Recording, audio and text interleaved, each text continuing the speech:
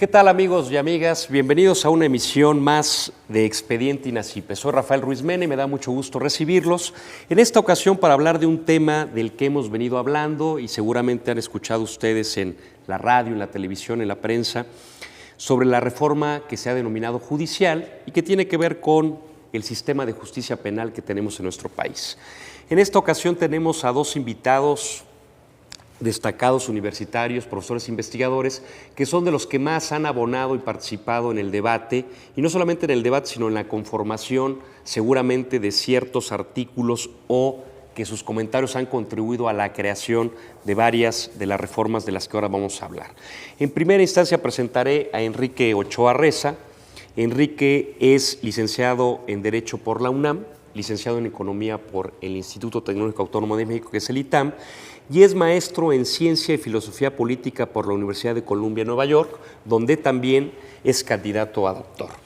Actualmente es catedrático en la propia Universidad Nacional Autónoma de México, UNAM, en su Facultad de Derecho, y es miembro de la Red Nacional a favor de los juicios orales. Bienvenido, Enrique, gracias por aceptar la invitación. Gracias, Rafael, un gusto estar contigo.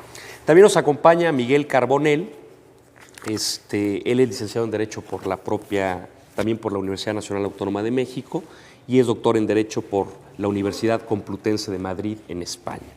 Miguel es coordinador del área de Derecho Constitucional del Instituto de Investigaciones Jurídicas de la UNAM y es profesor investigador en la propia UNAM y miembro del Sistema Nacional de Investigadores Nivel 3. Además, es autor de 26 libros, según platicábamos, además de que ha coordinado y participado en decenas más de libros, pero él es autor de 26 libros y vamos a hablar de uno que hicieron coordinadamente Miguel y Enrique, que tiene que ver mucho con el tema del que vamos a hablar el día de hoy. Gracias por tu participación, Miguel. Gracias a ti, Rafa, por la invitación, es un placer estar aquí. Enrique, para empezar la charla me gustaría, para introducir a nuestro público al tema, yo comentaba en el programa pasado que estarían ustedes en con motivo de un artículo que amablemente publicaron ustedes en la revista Iter Criminis, que tiene que ver precisamente con el tránsito de un sistema que se ha denominado inquisitivo o inquisitivo mixto a uno que se denomina ahora acusatorio adversarial. Para entrar en tema, ¿nos puede decir cuál es uno y cuál es el otro? ¿Cómo no? Creo que la diferencia es muy importante para los ciudadanos. Un sistema inquisitivo es aquel donde la autoridad que investiga cuando se comete un delito y la autoridad que juzga la inocencia o culpabilidad de algún acusado es la misma. Es decir, en un sistema inquisitivo se concentra la autoridad que investiga y que juzga. Ahora, pero ese no es nuestro caso, ¿no? Nuestro caso es un sistema mixto y ahorita entraremos en ese detalle. Pero una de las características naturales de un sistema inquisitivo ha sido que es escrito. Es decir, que gran parte del trabajo de investigación y de resolución de casos se concentra en la elaboración de un expediente y procesamiento del mismo. Ahora, un sistema acusatorio es aquel donde la autoridad que investiga y la autoridad que juzga son distintas e independientes entre sí. Y además, uno de los elementos naturales de un sistema así es el que es oral. Es decir, se conforma el procedimiento de múltiples audiencias públicas y orales. Estos son dos tipos ideales, son dos mecanismos distintos de procesamiento penal o pueden ser de otras áreas del derecho. Pero el asunto es que estos dos tipos son ideales y hay distintos mecanismos digamos, son puros mixtos. En la teoría, ¿no? Son ya puros. En la práctica hay cierta mezcolanza. Así es. Y la reforma que ahora se está analizando en el Congreso, Miguel, entiendo que implica el tránsito de este sistema inquisitivo, eventualmente mixto, que tenemos ahora, al acusatorio adversarial. ¿Esto es así? Esto es así, desde luego los cambios que se están promoviendo dentro de la que calificaste, porque pues así se le conoce, ¿verdad? Como reforma judicial, así es. Implican este tránsito de un modelo mixto a un modelo de corte acusatorio. Pero yo sí quisiera, si me lo permites, Rafael, señalar una cuestión que creo yo muy práctica para quienes nos están viendo, que es el hecho de que más allá de la denominación de los modelos, lo que nosotros estamos buscando y lo que creo que México necesita es un proceso penal que inhiba en la medida de lo posible la corrupción, que sea capaz de tener un funcionamiento que exija la rendición de cuentas, que sea capaz de procesar con velocidad, a costos razonables y con justicia a quienes están acusados de un delito y que repare los daños que esa conducta delictiva eventualmente le causan a las víctimas. Por tanto, Nosotros, en efecto, tanto en el artículo en la revista Intercrímenes como en el libro que amablemente mencionaste, trazamos esta dicotomía entre modelos, pero no nos quedamos ahí. Nosotros estamos preocupados por el funcionamiento real que está teniendo nuestro proceso penal. Yo estoy seguro que Enrique podrá comentar enseguida varias de las estadísticas que nos llevaron a esta convicción y a esta preocupación. Estadísticas, creo yo, que son clamorosas para justificar lo que nosotros llamamos la bancarrota del proceso penal mexicano. Es decir, el proceso penal mexicano no está sirviendo para aquellos fines para los que fue creado. Qué buen término Y déjame decirte que en el libro avalamos con datos estadísticos, con datos empíricos, esta bancarrota del proceso penal mexicano. Qué buen término este de bancarrota del proceso penal. Creo que lo que dice Miguel Enrique es de la mayor pertinencia. Más allá de calificativos de tipo teórico y teórico, lo que nos interesa a los ciudadanos es que tengamos un tipo de justicia con las características que ha señalado Miguel para salir de esta bancarrota en que consideramos está nuestro sistema. Para la gente que nos escucha, Enrique, y por ejemplo que no sean abogados, ¿cómo vamos a percibir este nuevo sistema en comparación con el anterior? ¿Cómo vamos a obtener esa transparencia? ¿Cómo vamos a tener esa garantía de justicia? Mira, de implementarse bien un sistema acusatorio oral, de implementarse bien un sistema de audiencias públicas transparentes que sustituya un sistema basado en el expediente, de implementarse bien un sistema acusatorio en México, el ciudadano tendrá un sistema procesal en materia penal completamente distinto al que se enfrenta hoy en día. Vamos a ver. Primer punto, la autoridad que va a juzgar en primera instancia si una persona es inocente o culpable va a ser un juez de control de garantías, es decir, se le va a presentar el caso en el inicio, una investigación al juez de control de garantías, quien va a dar curso o no al procedimiento penal como tal. Esto es de la mayor importancia porque este juez de control de garantías va a oír de manera oral y directa a distintas partes involucradas en el caso en cuestión. Este es el primer cambio y quienes han estado enfrente de un proceso penal saben que esto no sucede enfrente del juez en la gran mayoría de las ocasiones. Lamentablemente, los datos que decía Miguel Carbonell, cerca del 80% de las personas que se encuentran hoy en algún reclusorio nunca vieron al juez que los condenó. Y ese dato pues es terrible, ¿no? Ahora, eso suma al hecho de que solamente 1 de cada 100 delitos en este país se castigan. Eso suma a que solo 15 de cada 100 delitos efectivamente se presentan ante las autoridades cuando se cometen. Entonces tenemos una gran cifra negra de ciudadanos que no confían en la autoridad, no confían en la procuración de justicia, no confían en la impartición de justicia. Entonces un sistema de audiencias públicas y orales pues abre mucho la posibilidad de que el ciudadano confíe en su autoridad. Ahora, el siguiente gran paso es que hay un proceso de mediación, un proceso donde se buscan medidas alternas de solución de controversias. Eso está ausente en la gran parte de los sistemas penales del país. ¿De qué se trata esto? El Estado promueve un mediador profesional que conocerá del caso con la presencia de víctima, acusado, sus abogados, y tratarán de llegar a un acuerdo reparatorio para la víctima. Lo que subrayaba Miguel Carbonell, el sistema actual no se preocupa mucho por la víctima, porque la víctima o a la víctima se le recupere el daño que sufrió. El sistema que se propone, sí, el sistema que se propone tiene como una parte procesal fundamental que las partes se sientan con sus abogados, un mediador profesional, a tratar de encontrar la un acuerdo. conciliación. De hecho, se dice que es un mecanismo indispensable para el éxito de los juicios orales, ¿no? Sin duda. ¿Por qué? Porque este mecanismo desahoga de manera muy considerable el sistema procesal penal. Va a despresurizar eso, ¿no? Así es. Miguel, una pregunta nada más para dejar claras las ideas con nuestro público. Ahora, como funcionan las cosas, es se presenta una denuncia ante el Ministerio Público o él la inicia en los casos que está autorizado para ello, va recabando una serie de pruebas, investiga, y si él considera que finalmente tiene ya elementos para presumir que hubo un delito y eventualmente hay un presunto responsable, el expediente lo hace llegar al juez en lo que se llama consignación, ¿no? Y el juez inicia el proceso penal, ¿no? Es decir, ahí es cuando eventualmente puede dictar una orden de aprehensión para que le presenten al inculpado y se puede quedar el proceso en prisión preventiva y una serie de cosas. Con lo que nos dice Enrique que va a pasar, ahora, en el momento en que el Ministerio Público considere que tiene elementos para presumir que hubo un delito y que eventualmente hay un responsable, esto lo va a presentar en una audiencia pública ante un juez que va a ser un servidor público nuevo, que se va a llamar seguramente juez de control. ¿Sí? Entonces, ya que tiene el caso, va a hacer esto en presencia del de la víctima y en presencia del inculpado? Sin duda. ¿Así va a ser? Esa es una de las, creo yo, grandes modificaciones del nuevo modelo de proceso penal. Va a haber una figura de juez de control o juez de garantía, como le llama ahora la reforma constitucional, que va a ser el juez que va a ir dándole seguimiento a esa etapa que hoy llamamos integración de la averiguación previa, pero que ya no va a ser averiguación previa. Hoy en día, como tú muy bien señalas, la averiguación previa queda en manos exclusivamente del Ministerio Público, que puede tomar una serie de medidas y puede realizar una serie de diligencias para la buena conformación de esa averiguación previa, y cuando tiene armado el expediente, entonces dice, ahora sí, vámonos con el juez. ¿Pero qué juez? Pues el juez natural, que se le llama, el juez predeterminado por la ley, el juez de proceso.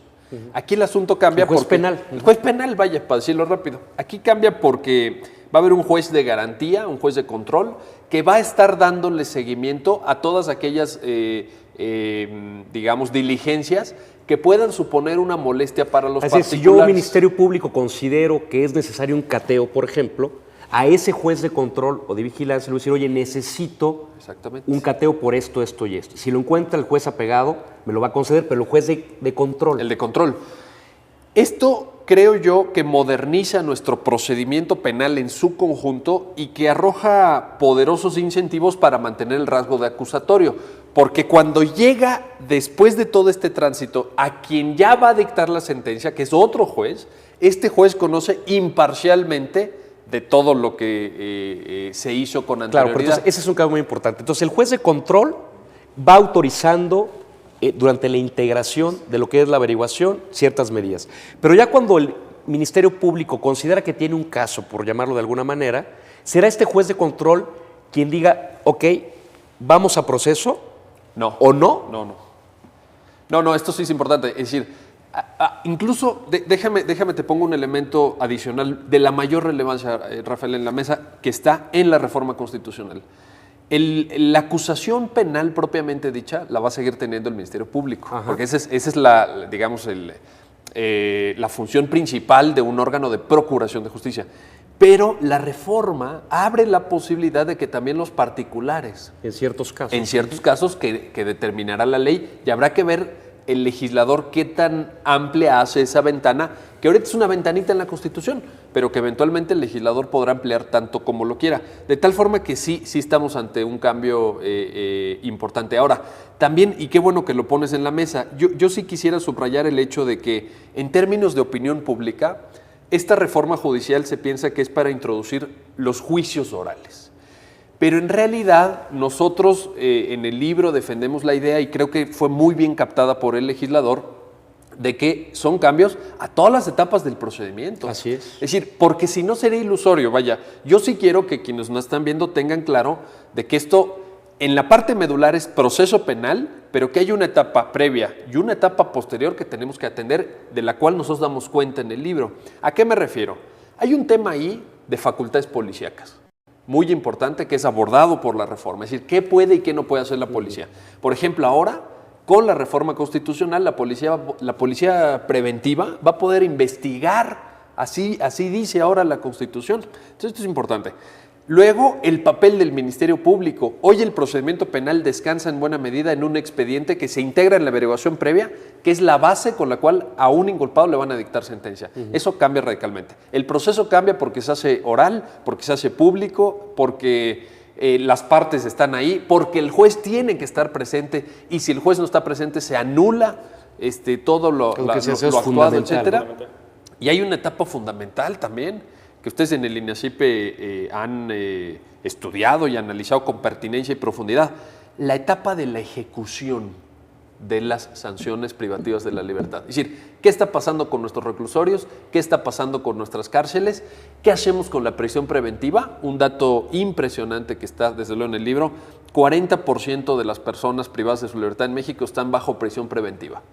Es decir, no han recibido una sentencia de un juez que diga que son responsables de haber cometido un delito. Y sin embargo, ya les causamos una enorme molestia para su vida al llevarlos a un reclusorio, con todo lo que eso significa para una persona. Trastocamos su vida, sin lugar a dudas. Trastocamos su vida. 40%. En términos precisos, Rafael, 90,000 de las 213,000 personas privadas de su libertad en este país hoy están en prisión preventiva. ¿Qué hacemos? Nos cuesta 130 pesos diarios cada reo. Estamos hablando de 30 millones de pesos cada día, 900 millones de pesos al mes. El Estado mexicano le invierte a su sistema penitenciario 12,000 millones de pesos. Esto muchas veces no se sabe. ¿A nivel nacional? A nivel nacional, el presupuesto, lo estoy cerrando, ¿no? Sí, claro, pero... 12,000 millones de pesos en el sistema penitenciario nacional, 455 establecimientos penitenciarios a todo lo largo y ancho de la República. La pregunta que nos debemos hacer, la pregunta a la que Enrique y yo queremos convocar a la ciudadanía es, ¿qué resultados estamos teniendo por esa inversión? No es menor, ¿eh? 12,000 millones de pesos no es una inversión menor. ¿Estamos teniendo buenos o malos resultados? Es la pregunta que nos hacemos en el Y eso nada más en costo de cada persona que eventualmente pudiese no estar en prisión preventiva, ¿no? Nosotros no hemos calculado, ese es un dato interesante que habrá que trabajar seguramente. Nosotros no hemos calculado costos indirectos, que por ejemplo en Estados Unidos ya se han hecho estas investigaciones. ¿Qué significa costos indirectos? No nada más cuánto le gasta el Estado al sistema penitenciario, sino el costo que le genera a la familia, el costo que te genera a la planta productiva nacional, el costo que te genera para los hijos, por ejemplo, para la educación, etcétera. Eso es algo que tenemos seguramente pendiente. Rebasaría la cantidad que me estás mencionando ahora. Por ¿no? mucho. Pues vamos a seguir abordando este tema. Tiene muchas aristas y es muy interesante. Regresamos en un minuto, no se vaya.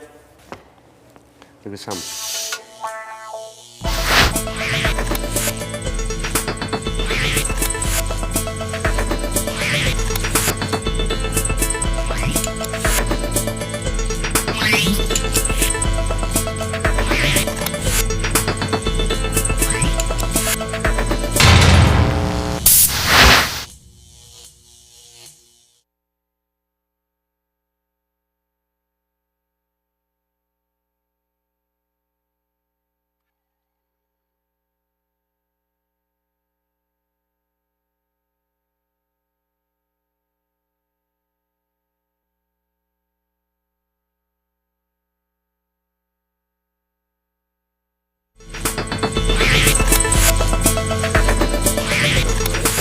Pues muy bien, regresamos. Gracias por continuar con nosotros. Los invitamos a que nos escriban, nos interesan mucho sus comentarios, sus sugerencias.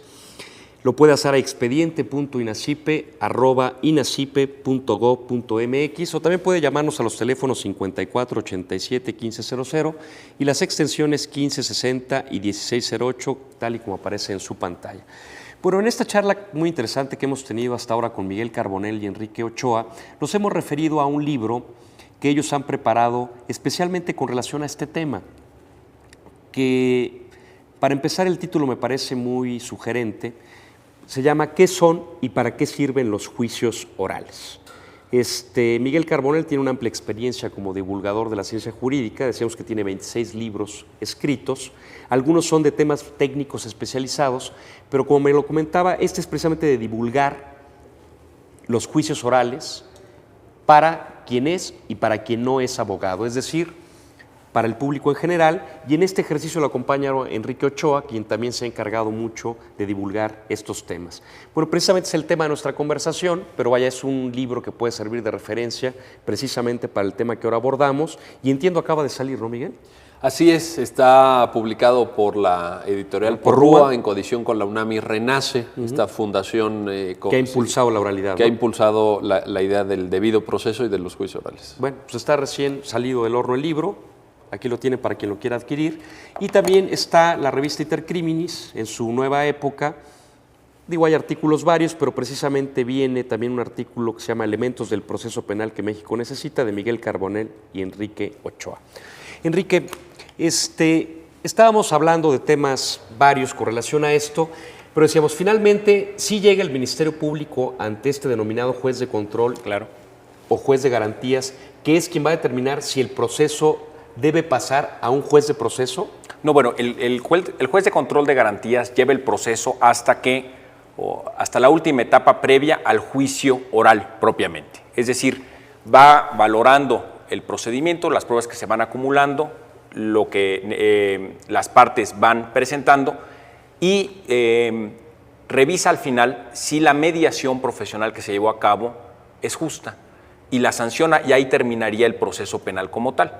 Es decir, pero si no se esta parte ponen de de la acuerdo, mediación de la que ya nos habías hablado, todavía se lleva a cabo durante la intervención del juez de control. una vez que ellos se ponen de acuerdo, que las partes se ponen de acuerdo con el mediador profesional, pasa ese acuerdo con el juez de control, quien sanciona si efectivamente es válido esto o no. Y si así lo determina el juez, es decir, si valora que el acuerdo entre las partes fue justo, ahí termina el proceso. Ahora, Si las partes no se ponen de acuerdo. si no se ponen de acuerdo, el juez entonces remite todo el asunto y se establece una audiencia pública oral, lo que es propiamente el juicio oral. Y esto será ante un juez, Ante otro juez. completamente distinto al juez de control. Es decir, un juez que no tiene conocimiento del caso y que por primera vez en una audiencia pública y oral va a conocer todas las pruebas que se le presenten en la mesa. Ese es lo que podemos considerar, Miguel, que es el juez penal. Y seguirá siendo el juez penal, sí, el que sí. sigue después del de control. Seguirá siendo el juez penal porque así lo ordena el artículo 17 de la Constitución, aunque tendrá una forma de actuar diferente. Es muy importante. La reforma ahora en curso dispone de una serie de dispositivos que Enrique y yo estimamos que nos van a hacer un proceso más justo. La transparencia es importante, pero el fondo de lo que nosotros buscamos es la justicia en el proceso, que implica dos caras de una misma moneda. Uno, sancionar solo a los responsables de cometer delitos, o sea, no tener en la cárcel inocentes, que hoy sí los tenemos. Y dos, reparar el daño a las víctimas. Eso es una cuestión de estricta justicia. Hoy tampoco los tenemos. Yo quisiera, si me lo permite, Rafael, por supuesto. incidir en el tema que nos parece fundamental de las salidas alternativas al juicio. Claro. Porque nosotros estimamos, y tú ya lo apreciaste y lo comentaste en el bloque anterior, que si no deflacionamos el proceso penal, va a ser inmanejable la lógica de los juicios orales. Me explico. Y te cito casos del INEGI que están datos del INEGI que están en el libro. Entre 1996 y el año 2005, es decir, en un periodo que abarca 10 años, fueron consignadas ante los 1.224 jueces penales que hay en México, me refiero a ambos fueros, fuero federal y fuero común, 1.931.000 personas. Es decir, estamos hablando de que el 2% de la población de México pasó ante un juez penal, ya sea del fuero federal o del fuero común. Es una cantidad que yo estimo que es verdaderamente espectacular. Déjame decirte que para estas... este 1.931.000 personas fueron acusadas de cometer 2.300.000 delitos. Y dentro de este universo enorme de delitos hay uno muy significativo que nos habla del grado de violencia que desgraciadamente sufrimos en México. En estos 10 años, el INEGI nos informa que hubo 86.500 acusaciones por el delito de homicidio. Es decir, 8.600 homicidios al año que llegan a conocimiento de un juez penal. Claro, en el homicidio la tasa digamos, no reportada a la que se refiere Es bajísima. es baja. Debe haber alguna porque luego se descubren cadáveres en los enterrado, ríos alguna o Así es. decapitados, ¿verdad? Que esos, pues, se hace un atestado ministerial, se integran algunas cosas, pero no llega a juzgado porque no hay elementos, pues, ¿no? Y esto nos parece muy, muy relevante para justificar la necesidad de salidas alternativas. Déjame te doy este dato. Diariamente, en ambos fueros, en un periodo de 10 años, incluyendo festivos, Navidad, 1 de enero, etcétera, se realizaron 528 consignaciones diariamente. Bueno, ¿qué significa esto? Que si no bajamos el universo de casos que llegan a la jurisdicción penal, no van a tener éxito los juicios orales, Claro, ni va a tener hay que éxito el debido descongestionar vía proceso. la Hay que- mediación para que lleguen a juicio oral los menos, ¿no? Los Creo que ha menos y sido- los importantes. Creo que así ha sido la experiencia en Nuevo León, ¿no? Así ha sido la experiencia en Nuevo León y está haciendo también en Chihuahua capital y en Juárez, que también ya está empezando a tener la implementación de un sistema acusatorio oral. Ahora, lo que dice Miguel también tiene una relevancia fundamental para las personas que administran el sistema de justicia penal en México. Es decir, un sistema de audiencias públicas y orales se maneja distinto en términos administrativos que un sistema basado en expedientes donde el juez no tiene que estar presente en el desahogo de pruebas. Claro. Son y dos aquí viene un sistemas cambio distintos. importante, que era el escrito. Es decir, por ejemplo, cuando lleguemos ya al juez que va a desarrollar el juicio oral, a ese juez no le va a llegar kilos de papel de la averiguación previa, ¿no? Pues es que no Más bien no le va a existe. llegar nada. No existe. Porque todo se va a desahogar en la audiencia pública, ¿no? Se va a desahogar en la audiencia pública. Sí le llegarán ciertos elementos que tendrán que figurar por escrito, que son a partir de los cuales el juez iniciará las primeras, pues la propia citación de testigos, la convocatoria del abogado defensor, Pero de entrada etcétera. todo lo que recabó el Ministerio Público durante la averiguación ya no sirve de elemento o ya no es prueba preconstituida para el No es juicio. prueba No es prueba preconstituida, preconstituida, ¿no? exacto. Eso es algo que se tiene que presentar en la audiencia pública y oral. El Ministerio Público presentará lo suyo, los testigos presentarán parte de lo que vieron, la víctima también forma parte activa en esta audiencia pública y oral. Y bueno, es un procedimiento completamente distinto. Miren, en Chihuahua es un tribunal de 3 jueces, en Nuevo León es 1. Bueno, habrá modalidades distintas en cada estado de la República seguramente, pero lo importante es que son jueces completamente distintos a aquel juez de control o juez de control de garantías que ha estuvo en ido la parte de la conociendo el caso. averiguación. Entonces, las pruebas que presenta el Ministerio Público en la audiencia se conocen por primera vez, o estos jueces los conocen por primera vez, y la víctima, los testigos tienen la oportunidad de decir su verdad. Ahora, esta audiencia pública oral, que atenderá quizás, como bien dice Miguel, un número menor de casos, pero de la mayor relevancia, cambia sustancialmente los incentivos que tiene el Ministerio Público para hacer su averiguación. Es decir, las pruebas técnicas, objetivas, tendrán mucho más valor al presentarse en una audiencia pública y oral que lo que hoy tenemos, que lamentablemente pues es en las averiguaciones previas que hemos estudiado durante estos 2 años y medio que hemos promovido este cambio, pues hay algunas cosas que son terribles. Sí, ¿no? es verdad. Y que también muestran que poco se leen a la hora de determinar la culpabilidad de inocencia. Antes de volver a los esta casos. audiencia que es fundamental, que es propiamente el juicio oral, vuelvo un poquito a las medidas alternativas que hemos comentado, lo han dicho ustedes, que son fundamental para descongestionar, despresurizar el sistema penal. Entiendo que en estos casos, Miguel, solamente serían delitos no graves, ¿no? Por ejemplo, básicamente patrimoniales, ¿no? Lo que pasa es que la concepción de delito grave y no grave se quita. Es decir, ya no, hoy está en el artículo 20, apartado A, fracción primera, para efecto de determinar si ha lugar o no. Con la libertad reforma ya causa. no va a ser así. Ya no, el concepto de delito grave ya sale. De tal suerte que tenemos que llegar a otra configuración que en su caso el legislador tendrá que determinar en su momento. Pero Ahora, sería básicamente que patrimoniales los que podrían ser mediados. desde luego, patrimoniales, no ha lugar a una conciliación en un homicidio, caso de ¿no? homicidio, de violación, etcétera, de estupro, etcétera. Ahí no. Ahora, yo, en esta lógica de las medidas alternativas, yo creo que sí es importante señalar una cosa que nosotros proponemos en el libro y que creo que no está en el ánimo de la discusión, pero que nosotros juzgamos de la mayor importancia.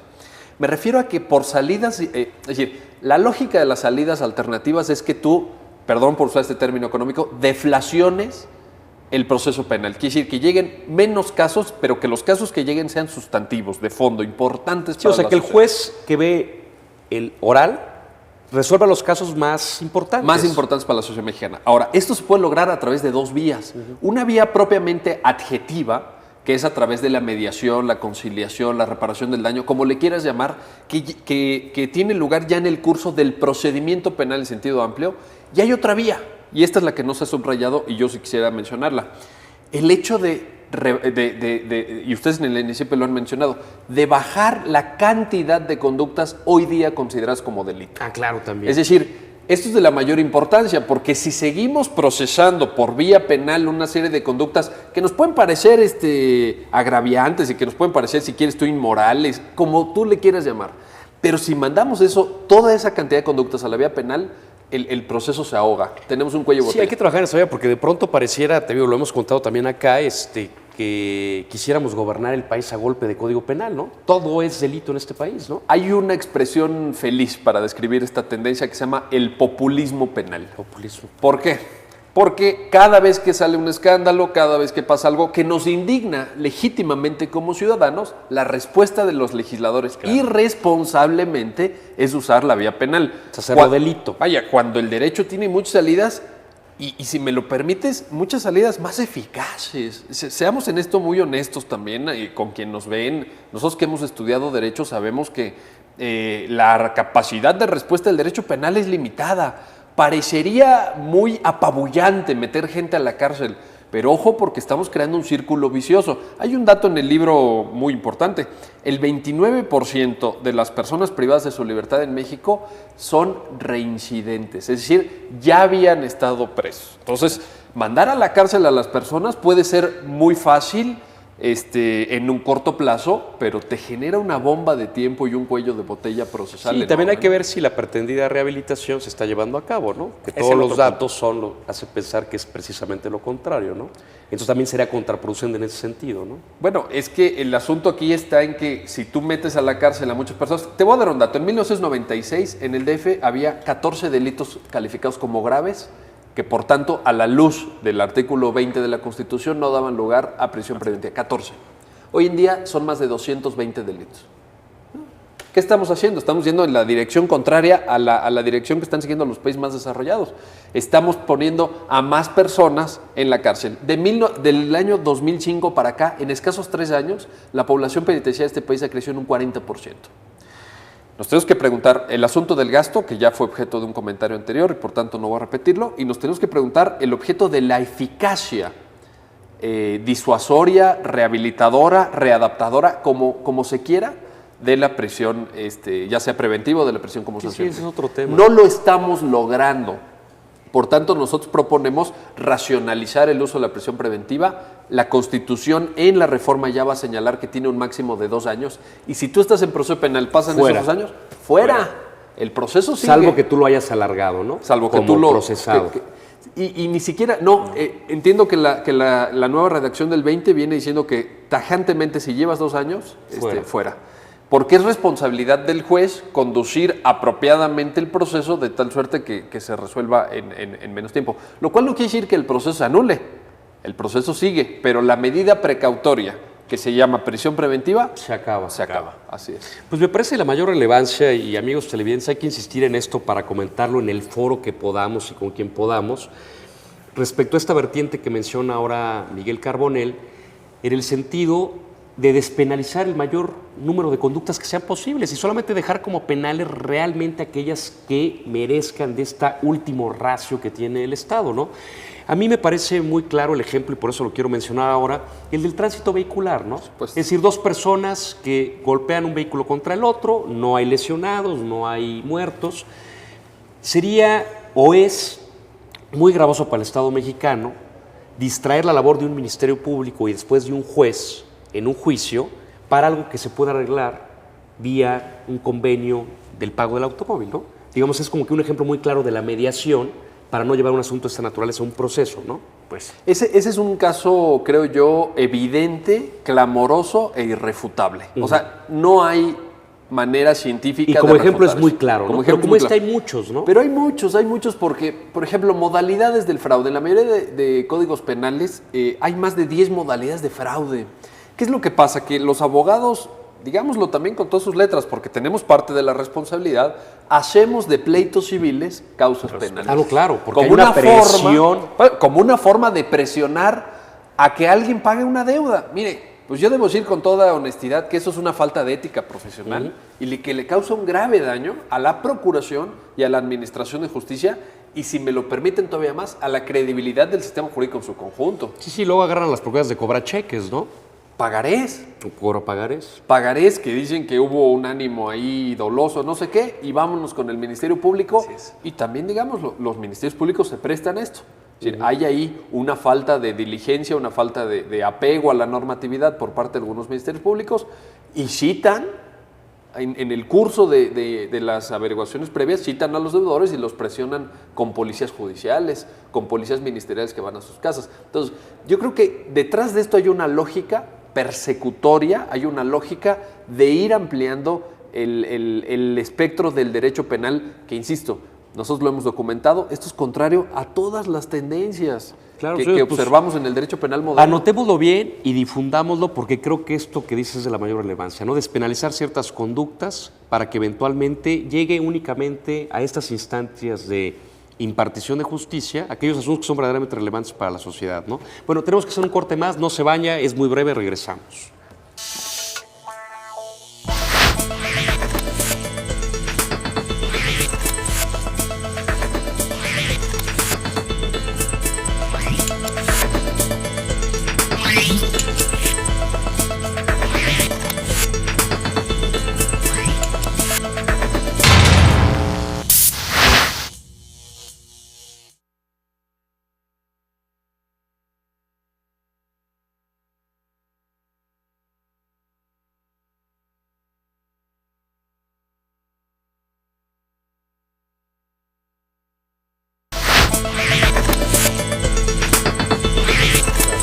Muy bien, regresamos. Gracias por seguir con nosotros. Recuerde que nos interesa mucho sus comentarios, sus sugerencias, su opinión. Escríbanos a expediente.inacipe@inacipe.gov.mx o al teléfono 5487-1500, extensiones 1560 y 1608. Antes de continuar, nos gustaría invitarlos este próximo miércoles y jueves al INACIPE, donde el miércoles se llevará a cabo un foro sobre la ley de voluntad anticipada, este tema de la eutanasia que también ha resultado un tanto cuanto controvertido, y el jueves 6 a platicar sobre la Ley General de Acceso de la Mujer a una Vida Libre de Violencia, a un año de su implantación a nivel federal y su reciente implantación a nivel local. Hablando de implantación, Miguel, una parte muy relevante de esta reforma, que tiene muchas aristas, pero en esta a la que nos hemos abocado ahora, que es esta parte de la oralidad en el proceso, ¿qué va a implicar la implantación? ¿Cómo vamos a transitar de este sistema inquisitivo mixto a este acusatorio con la audiencia oral? Y sobre todo que hay la creación incluso de nuevos servidores públicos, ¿no? Como el juez de control o de garantías. ¿Cómo vamos a hacer eso? Pues yo te agradezco mucho que plantees esta pregunta, porque a mí me parece que es la prueba de fuego de las bondades y de las debilidades de esta reforma. Una reforma, por más buena que sea, una reforma a la Constitución me refiero, no sirve de nada si no cambia la realidad.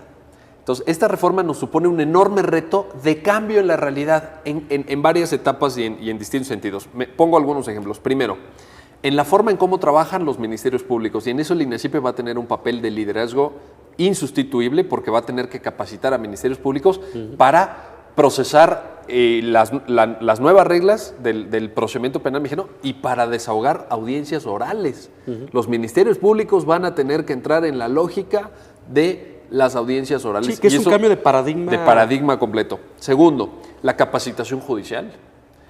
Hay un elemento en los países en donde nosotros hemos estudiado el tema de los juicios orales, fundamentalmente Chile y Colombia, que son buenos ejemplos a nivel de América Latina, pero también España. Hay un elemento de psicología judicial muy importante. Hoy en día nuestros jueces están en su oficina dialogando con sus auxiliares, con sus secretarios, eventualmente con los abogados que los visitan, y la reflexión que hacen los jueces es a partir de un expediente escrito que tienen ahí y donde está la averiguación previa, lo que se hace en un proceso, etc. Ahora va a cambiar eso de manera sustancial, porque el juez va a tener que desarrollar una psicología judicial al oír a las partes, al ver las expresiones de la víctima, al escuchar lo que se llama el cross-examination, ¿no? el interrogatorio cruzado de acusador y defensor, etc. Entonces también los jueces van a tener que modificar a profundidad su forma de actuar. Y tres, una parte esencial, los abogados. Y eso, la capacitación de los abogados, la forma en cómo los abogados van a tener que presentar el caso. O sea, si tú vas a una audiencia oral, a ti el juez no te va a dar 3 horas para que te eches un rollazo explicando desde qué nació y que sus papás y de la... O sea, tú tienes que sintetizar el caso. Sucinto y concreto. Sucinto, concreto, yéndote a la médula de la litis y explicando los elementos para absolver si eres defensor o para acusar si eres Ministerio Público. Y eso nos lleva un paso atrás, la educación jurídica de los abogados. ¿Cómo estamos formando en las escuelas, en las facultades de Derecho a los abogados? Por tanto, en este primer comentario lo que quisiera subrayar es que hay un reto enorme. Seguramente ahorita Enrique se referirá de capacitación. De capacitación, pero hay un reto de infraestructura, de presupuesto, etcétera. Y hay plazos también que seguramente Enrique también comentará. Pero yo me refiero a capacitación. Ministerios públicos, jueces, también peritos, por cierto, y abogados. Las facultades de Derecho tienen un reto enorme que se tienen que tomar en serio a partir de esta reforma. Sí, porque es un poco lo paradójico, y ya lo habíamos comentado acá, de que en términos generales la población tiene la idea de que el abogado es alguien que eventualmente tiene una gran capacidad oral para dar a conocer sus argumentos. Pero nos topamos con que la realidad es otra, ¿no? Realmente casi no existen procesos en los que el abogado eventualmente tenga que hacer gala de sus capacidades orales, ¿no? O no en Porque público, todo ha sido, o no en público. O no en público. Ahora todo es por escrito y esto implica un cambio de paradigma muy, muy importante. Sí, la implementación, Rafael. ¿El costo económico va a ser relevante? Bueno, mira, porque también hay gente que ha peleado por esa parte, ¿no? De la creación de juzgados. Y es una preocupación muy válida para el ciudadano dónde se va a gastar el dinero de sus impuestos. El sistema actual está en bancarrota porque no satisfacen a víctimas ni acusados. Pero lo pagamos. lo pagamos todos. Es decir, hoy pagamos un sistema que no da buenos resultados. Entonces sí, va a haber un monto inicial de inversión probablemente considerable para poner en práctica el nuevo sistema acusatorio, pero es una inversión que a la larga va a darnos un sistema penal que pueda dar beneficios para víctimas y para acusados. Menos impunidad, mayor justicia, mayor transparencia, menos corrupción. Es una inversión que vale la pena. Ahora, también es una inversión que si en 8 años, que es el tiempo que se va a tardar la implementación a nivel nacional, tanto local como federal, pues puede ser dinero mal gastado. La implementación es fundamental. El legislador va a aprobar la reforma constitucional próximamente y después vendrá un proceso donde también se tendrá que legislar en materia secundaria para establecer los procedimientos puntuales del sistema acusatorio. Pero tenemos 8 años también para avanzar en los estados de la República. Y en los estados de la República ya tenemos experiencias muy positivas en Nuevo León y en Chihuahua. Y hay 8 estados de la República además que ya aprobaron sus reformas legislativas para establecer en su espacio geográfico un sistema acusatorio. Está en Oaxaca, ¿no? Así es, Oaxaca, Morelos, Baja California, Zacatecas. Pero el punto importante es aprender de las lecciones exitosas en los estados para de ahí poder avanzar en los estados que están un poco rezagados en las aprobaciones e implementaciones de sus sistemas, pero también a nivel federal. Ahora, el transitorio de la reforma constitucional propone la creación de un órgano que va a poder coadyuvar en la implementación de la reforma. Ese órgano es de la mayor relevancia. ¿Por qué? Porque debe de contar con experiencia técnica, recursos y capacidad de acción para efectivamente ser un coordinador de la implementación de la reforma. Sí, incluso habla que se le debe asignar recursos, ¿no? Y presupuesto por supuesto, y esto es muy importante, ¿por qué? Porque a pesar de que se haga la reforma constitucional, como bien dijo Miguel Carbonell, lo importante es que cambie la realidad. Y sí hay actores políticos y jurídicos importantes que consideran que una reforma de juicios orales o acusatoria no es necesaria para el país. Hay personas que consideran que el sistema como funciona hoy está bien. Hay personas que consideran que el sistema como funciona hoy, con pequeñas modificaciones que no tienen que ver con la oralidad, puede funcionar. Hay personas que incluso dicen que hoy el sistema actual es de hecho acusatorio oral. Ahora, quienes así... Pero son los que se benefician del sistema. Claro, ¿no? o que no lo conocen. Quienes así piensen pueden ir a una audiencia pública y oral a Chihuahua o a Nuevo León y luego pueden ir a alguna audiencia de las que se llevan aquí en el Distrito Federal o en los estados donde todavía no hay reforma. Que ni las preside y la el juez. diferencia, que no Ni está las presente el preside juez, y la diferencia es del cielo a la 8 tierra. años es un tiempo razonable para Es un la tiempo- implantación a nivel nacional de todo esto. Es un tiempo razonable. Ojo con estos 8 años. Es hasta 8 años. Hasta 8 años, Sí, claro. sí es importante esta matización porque uno de los transitorios ordena que desde el primer año de que se apruebe la reforma ya se le empiecen a destinar recursos. Nosotros tenemos una experiencia en una materia cercana, no igual, muy poco venturosa, déjenme ponerlo en estos términos, que es la reforma a la justicia en materia de adolescentes. En materia de adolescentes, el legislador que reformó la Constitución señaló un plazo de 1 año para la puesta en práctica de la reforma y llegada la fecha no había más que 1 o 2 estados que hubieran implementado las medidas que ordenaba la Constitución. Y eso que la reforma había pasado por los estados, ellos estaban advertidos, ellos dieron su aprobación y se les señaló 1 año. Es decir, nos pasó, y es una experiencia muy negativa, nos pasó algo que coloquialmente llamamos esto de que nos pusimos a hacer la tarea al cuarto para las 12. En esta materia nosotros queremos subrayar el hecho de que no se va a poder y no se debe dejar las cosas para el último momento. No se va a poder porque el transitorio, hay un transitorio inteligente, creo yo, que amarra la dotación de recursos desde el primer año. O sea, no hay excusa, tú tienes que ejercer esos recursos en la dirección que te ordena la reforma. Y 2, porque yo espero que los legisladores se tomen en serio esta preocupación. Y luego y ahí sí tenemos que trabajar todavía a nivel probablemente constitucional y luego legislativo, hay una pieza maestra, creo yo, del sistema. La corona del sistema, y es importante decirlo en el canal judicial, el amparo. ¿Por qué el amparo? Es que ese va a ser un asunto, va a ser oral.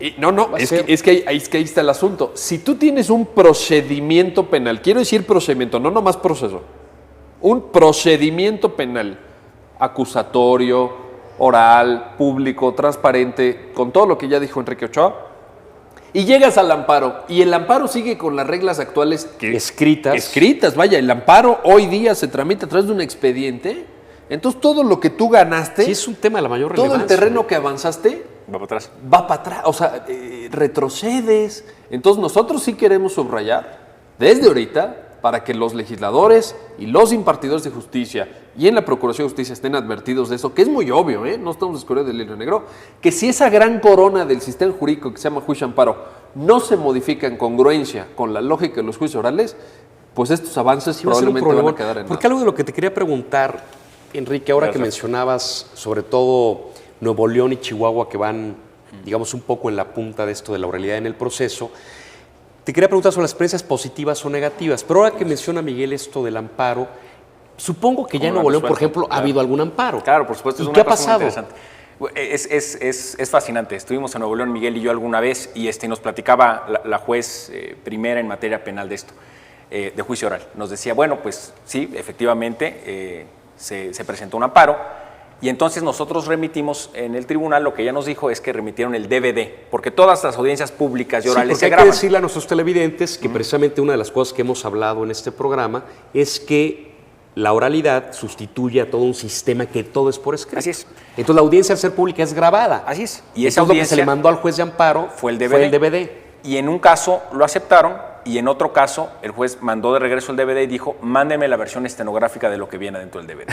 Y entonces se han ido por esas dos vías. Hay quienes aceptan el DVD y a partir de ahí avanzan, y hay quienes piden la versión estenográfica del DVD como tal. Es decir, la solución práctica a la pregunta que me haces. Ahora, el legislador, como bien dice Miguel Carbonell, tiene que tomar esas experiencias en cuenta y entrarle de fondo al tema. Es decir, no buscamos la solución práctica caso por caso, lo que tenemos que encontrar es un mecanismo que haga compaginable, evidentemente compaginable, entre un sistema acusatorio y oral, en primera instancia, a la revisión. Es que el caso que narra Enrique es impecable porque te demuestra la necesidad estructural de sumar al amparo a la lógica de los juicios orales. ¿Qué es lo que nosotros proponemos? En primer lugar, proponemos en la lógica de desahogar la cantidad de casos que se procesan, también en la vía de amparo penal, implementar la fórmula Otero, quitar la fórmula Otero, mejor dicho, para dar efectos generales y desahogar una serie de casos. En fin, esto ya se discutió mucho, no tiene que ver solo con juicios orales, sino con la lógica general del juicio amparo.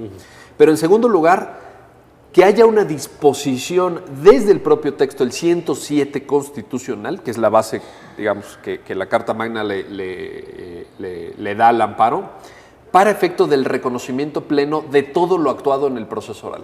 Es decir, que se evite que el juez de amparo te diga, pues a mí me lo transcribes y a mí me lo mandas por escrito porque yo aquí resuelvo por escrito, sino que desde la propia Constitución y luego en los códigos se diga, lo actuado conforme a las disposiciones de los códigos de procedimientos penales, que pueden ser federales o pueden ser locales, tiene plena validez en el amparo en la forma en que se realizó esa actuación judicial, sea desde la actuación del MP, sea por vía conciliatoria, porque contra la conciliación va a haber amparos, contra la mediación va a haber amparos, o sea, ya en el propio proceso penal. De tal suerte que tú sigas una cierta lógica que te vaya acompañando desde que se presenta la denuncia, desde la noticia del delito, ¿no?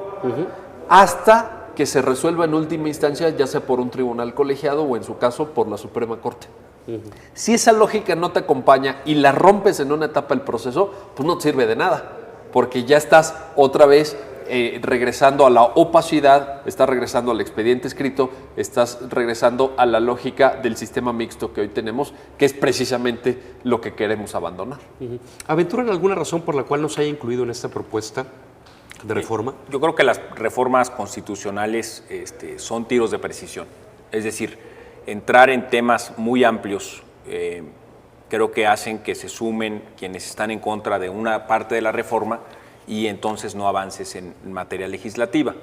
El ejemplo de esta reforma creo que es interesante. Por un lado, como el público sabe, se han presentado diversas iniciativas, una por la Red Nacional a favor de los juicios orales, para promover una reforma acusatoria oral en el país, y se hizo una iniciativa de reforma constitucional en la materia, ¿no? Ahí participamos mucho. Y por otro lado, vino una propuesta de reforma a la Constitución por parte del Ejecutivo en materia de seguridad pública. Las dos reformas no tenían mucho que ver entre sí en términos esenciales. Sin embargo, en el espacio legislativo, las dos se juntan y la reforma que está por aprobarse es una amalgama entre elementos importantes que involucran a los juicios orales y algunos elementos preocupantes que han generado mucho debate en materia de seguridad pública.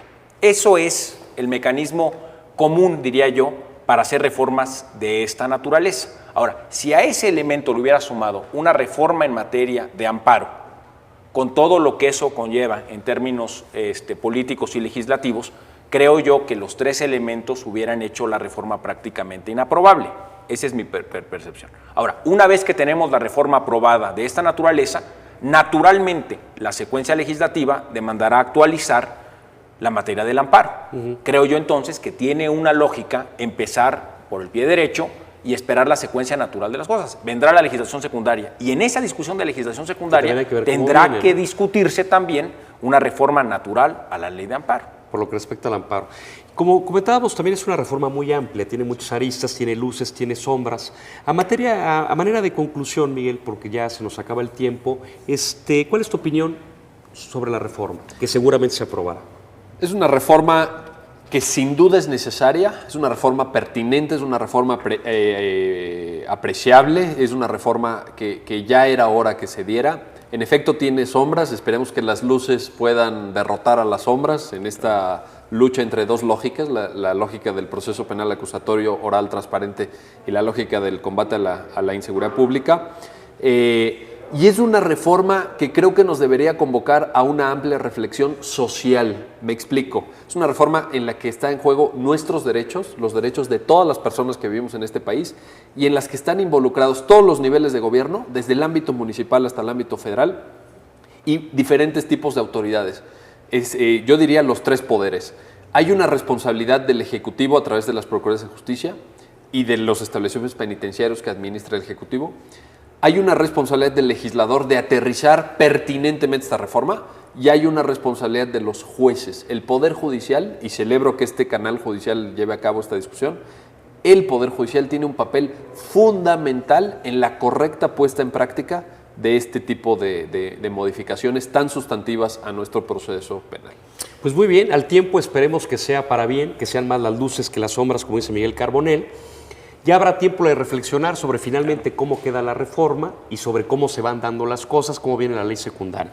Yo por lo pronto quiero agradecerle a Enrique Ochoa, a Miguel Carbonell, el que hayan estado por acá.